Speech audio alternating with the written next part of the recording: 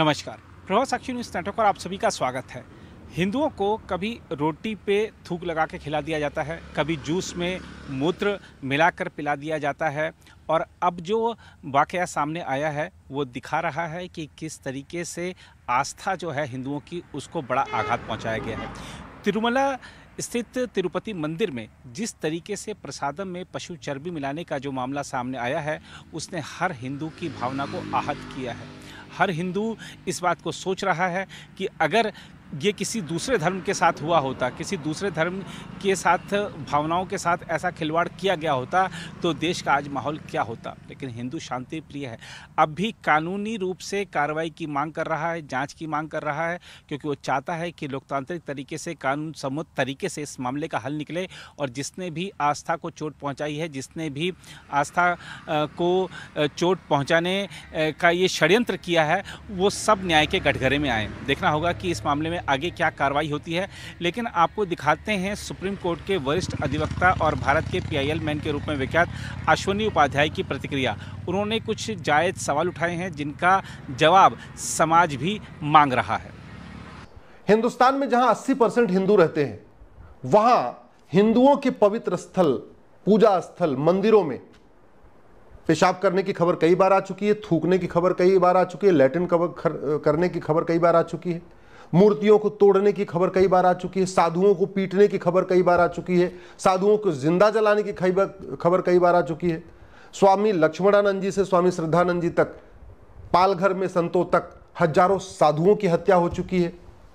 और अब जो सबसे बड़ी खबर आ रही है कि भारत के सबसे बड़े मंदिर जहां सबसे ज्यादा भक्त जाते हैं दर्शन करने के लिए, तिरुपति बालाजी मंदिर, वहां पे जो लड्डू बांटा जाता है, जो लड्डू दिया जाता है भक्तों को, उसमें गाय की चर्बी है, सूअर की चर्बी है, मछली की चर्बी है। पूरी तरीके से मांसाहारी लड्डू भक्तों को दिया गया है। वहां जैन भी जाते हैं जो लहसुन प्याज भी नहीं खाते, उनको भी सोचिए लड्डू मिल रहा है, मांसाहारी लड्डू। और उसके बाद भी शांति है। मीडिया वाले चर्चा कर लिए, खत्म। एंकर अपना काम कर लिए, खत्म। जो लोग पैनल में आए वो भी अपनी बात कह के खत्म। किसी ने ये नहीं बताया कि भैया इतना हो क्या रहा है, आगे दोबारा चर्बी न मिलाया जाए उसका समाधान क्या है, ये जो चर्बी क्यों मिलाया गया, इसका मूल कारण क्या है, अस्थायी समाधान क्या, इस पे कहीं चर्चा नहीं। दिन भर की डिबेट हो गई और बात खत्म हो गई। मैं आपसे पूछता हूं, अगर किसी मजार, दरगाह या मस्जिद में जो हलवा बंटता है, जो सेवैयां बंटती हैं या जो और भी खान पान की चीजें बंटती हैं, अगर उसमें सूअर की चर्बी मिलाई गई होती तो क्या भारत में इतनी शांति होती? क्या नहीं होती। भारत में आज शांति है।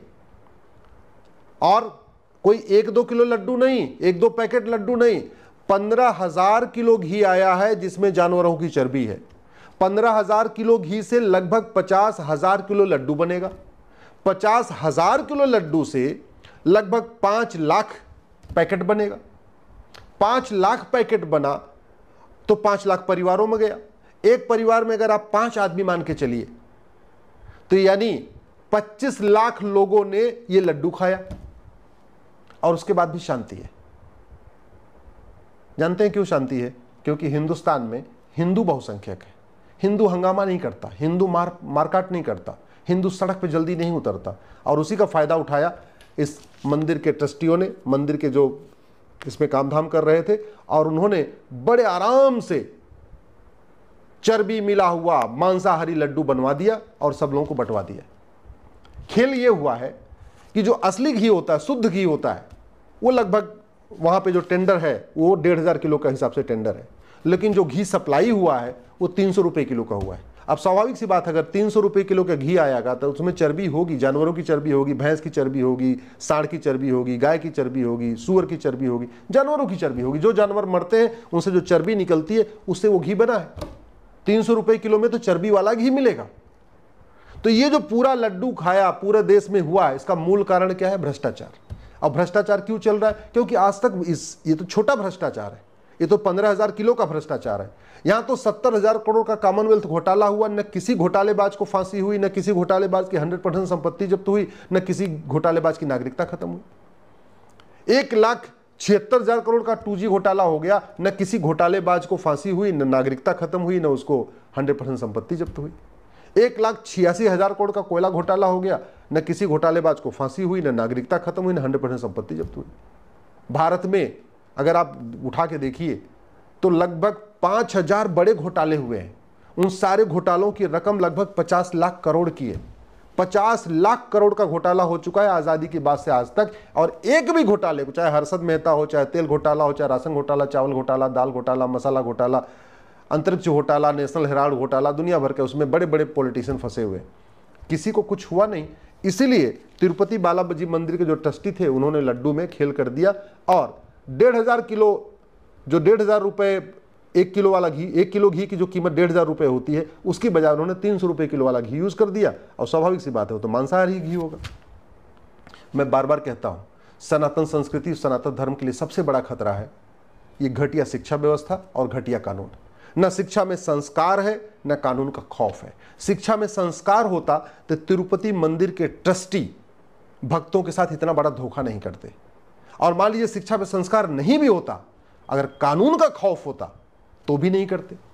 जैसे अरब देशों में, दुबई में, कुवैत में बहुत अच्छी शिक्षा नहीं है, वहां पे शिक्षा में बहुत संस्कार नहीं है, लेकिन कानून इतना है कि अगर मिलावटखोरी किया तो फांसी हुई, कालाबाजारी किया तो फांसी हुई, भ्रष्टाचार किया तो फांसी हुई।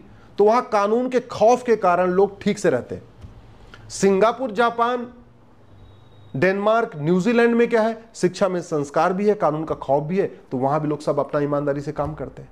इसलिए मैं बार बार कहता हूं कि अगर भारत की संस्कृति को बचाना है, हिंदू सनातन संस्कृति को बचाना है, तो हमें कालाधन, हवाला, भ्रष्टाचार के खिलाफ कठोर कानून बनाना पड़ेगा और जो वर्तमान मैकाले मिशनरी मदरसा एजुकेशन सिस्टम, इसको बदलना पड़ेगा।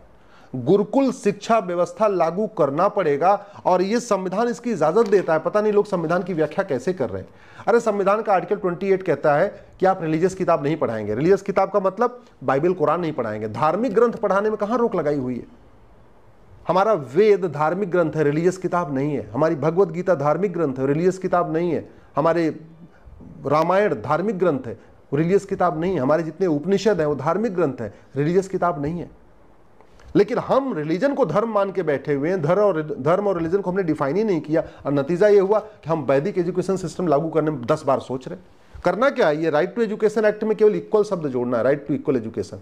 अभी इसकी उम्र जो है 6 से 14 साल है, इसको 6 से 16 साल करना है, यानी 10वीं तक सबके लिए समान। 1 नेशन 1 एजुकेशन बोर्ड करना है, 1 नेशन 1 सिलेबस करना है, 1 नेशन 1 करिकुलम लागू करना है, और सबके लिए वैदिक गुरुकुल शिक्षा व्यवस्था लागू कर दिया जाए। फिर आदमी मंदिर में थूकेगा नहीं, मंदिर में पेशाब नहीं करेगा, मंदिर में लैट्रिन नहीं करेगा, मंदिर की मूर्ति नहीं तोड़ेगा, और जिस तरीके से ये मांसाहारी लड्डू बनाए हैं, मांसाहारी लड्डू नहीं बनाएगा। और दूसरा तरीका है कानून का खौफ। कानून का खौफ तब पैदा होगा जब ये अमेरिका का फेडरल पिनल कोड भारत में लागू हो जाएगा।